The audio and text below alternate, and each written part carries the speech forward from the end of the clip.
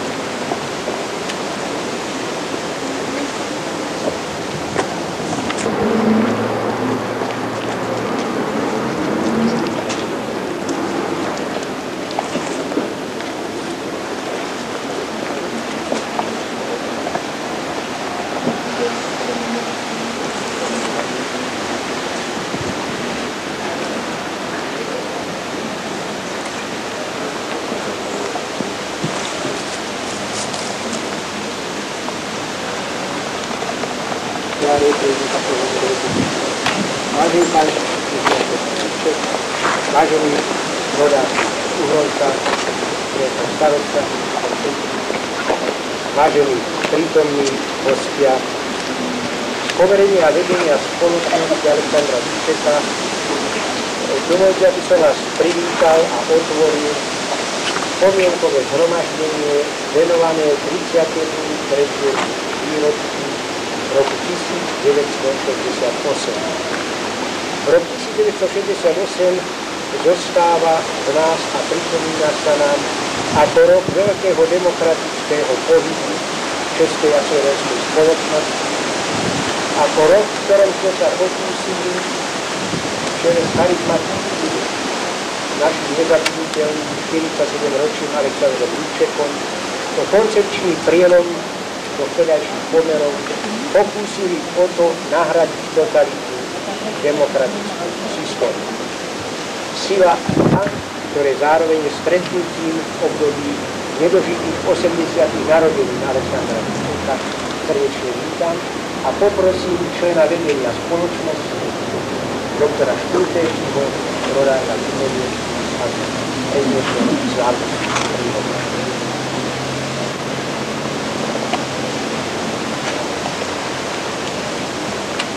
Vážené zhromaždenie, cené dámy a páni.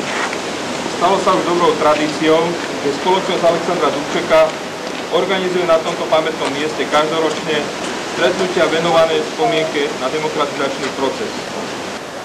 33. výročie vstupu vojsk si pripomíname v roku nedožitých 80. narodenín Alexandra Dubčeka. Táto udalosť bude, dúfajme, predmetom k tomu, aby sme sa nad jeho myšlienkovým odkazom ešte raz zamysleli.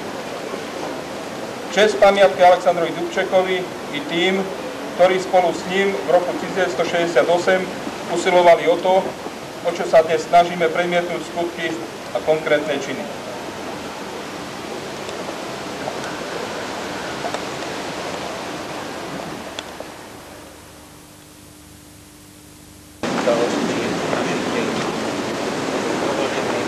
Poďakoval za vašu účasť. Ďakujem.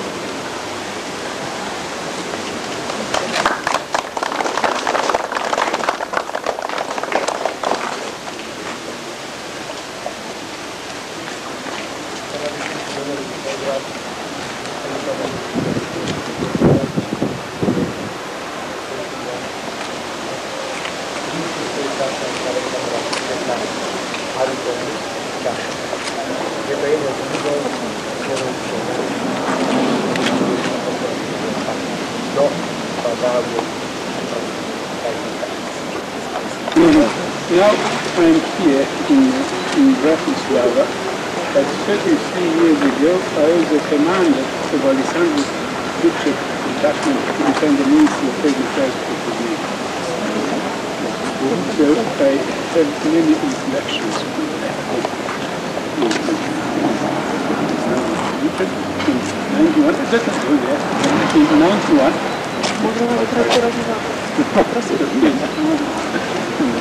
Ja neviem.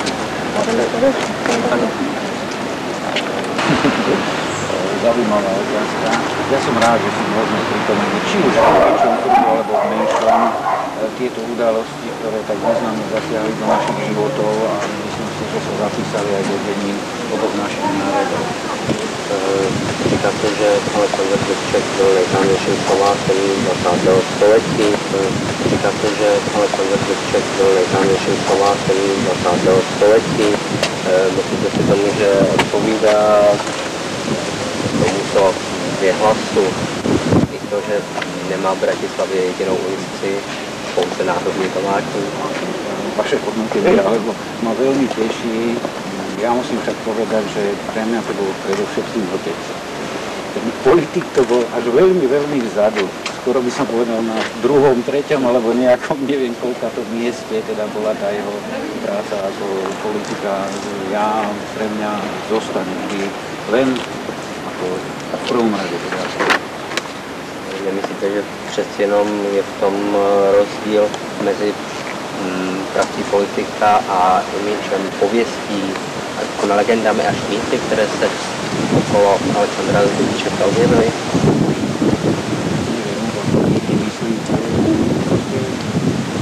Pamätá si ho, možno povedať, áno, celý svet. Ja som mal mnoho príležitostí doma, vo svete. Môžem povedať aj z New Yorku doslova. Sme išli v taxiku a taxikár, zhodou konci bol to nejaký ruský emigrant, rozumel slovanskej reči, keď sme sa bavili.